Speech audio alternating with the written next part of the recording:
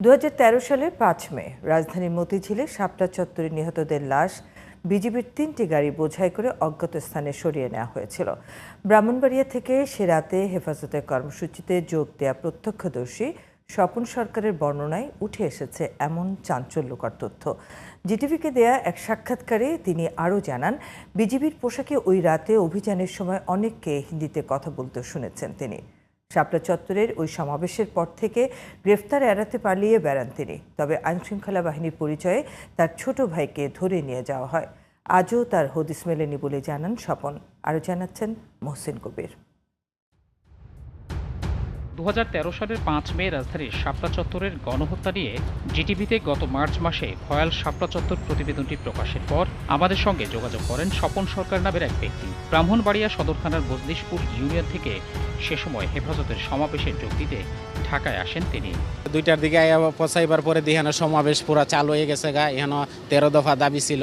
আমাদের কাছে সেই রাতের ভয়ঙ্কর অভিজ্ঞতার কথা তুলে ধরেন স্বপন। এবার 5 মিনিট আগে হঠাৎ করে পুরা শাপলা চত্বর স্তব্ধ, লাইট অফ করে শুধু ফায়ার আর ফায়ার। কোনো দিকে যে বের হয়ে যাবে কেউ এরকম না, সবাই দৌড়ের ভিতরে আছে। টোটাল 15 থেকে 16 মিনিট হয়েছে, 16 মিনিটের ভিতরে সব চাপা। এক পর্যায়ে পুলিশের নির্বিচার গুলি থেকে বাঁচতে শুয়ে পড়েন তিনি। এ সময় বিজিবির পোশাকে থাকা কয়েকজনকে হিন্দি ভাষায় কথা বলতে শোনেন স্বপন। নিচে শুয়া পড়ার পরও দেখা গেছে অনেকের উপরে পড়ছে, হে রক্ত রঞ্জিত, হে গুলি খাইছে, মনে করেন হে দাফাইতেছে। গুলি বন্ধ হওয়ার পরে দেখা গেছে কি আপনার এখানে কিছু কথা শুনতেছি অন্যরকম কথা, যেমন মনে করেন আপনার পার্শ্ববর্তী একটা দেশের ভাষা, মানে বহুত ইধার হো রা হে আবি বানকারো, ঠিক আছে, ইধার সে নিকাল যাও বহুত হওয়া। স্বপন দৌড়ে নটরডেম কলেজের দিকে ছুটে যান। যাওয়ার সময় বিজিবির সদস্যদের বহনকারী 3টি বড় ট্রাকে নিহতদের লাশ তুলতে দেখতে পান তিনি। লাশ বহনকারী গাড়িগুলো থেকে তখন অঝরে রক্ত ঝরছিল।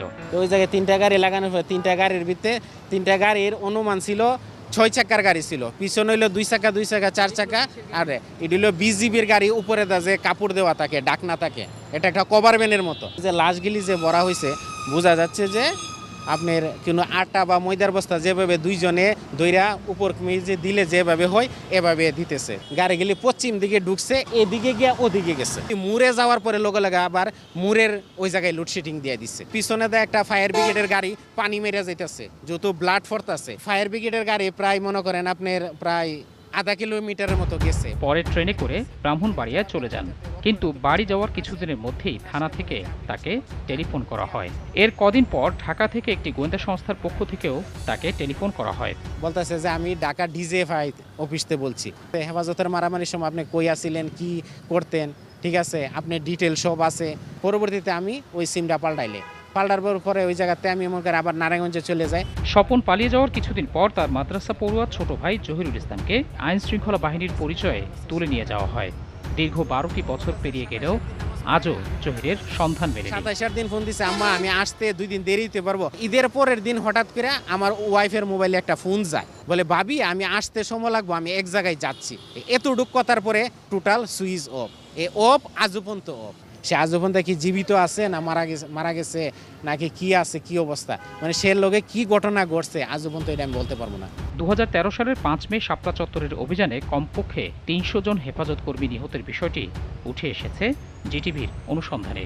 এর মধ্যে মানবাধিকার সংগঠন অধিকার এবং হেফাজতে ইসলামের তালিকায় কমপক্ষে 90 জনের নাম পরিচয় নিশ্চিত হওয়া গেছে, যাদের দাফন কাফনের সুযোগ পেয়েছে স্বজনরা। যারা লাশ পায়নি তারা তাদের স্বজন যে নিখোঁজ হয়েছে সেটার জন্য একটা জিডি করা, সেটা প্রশ্নই ওঠে না। তাহলে সেই পরিবারের পর একটা নির্যাতন নিপীড়ন নেমে আসতো।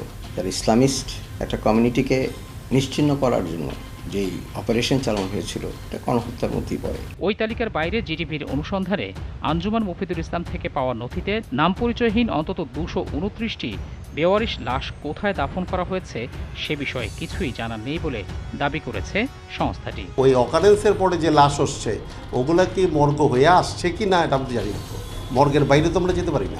এ নিয়ে অনুসন্ধান করতে গিয়ে রাজধানীর কোনো কবরস্থানেই লাশগুলো দাফনের কোনো তথ্য পাওয়া যায়নি।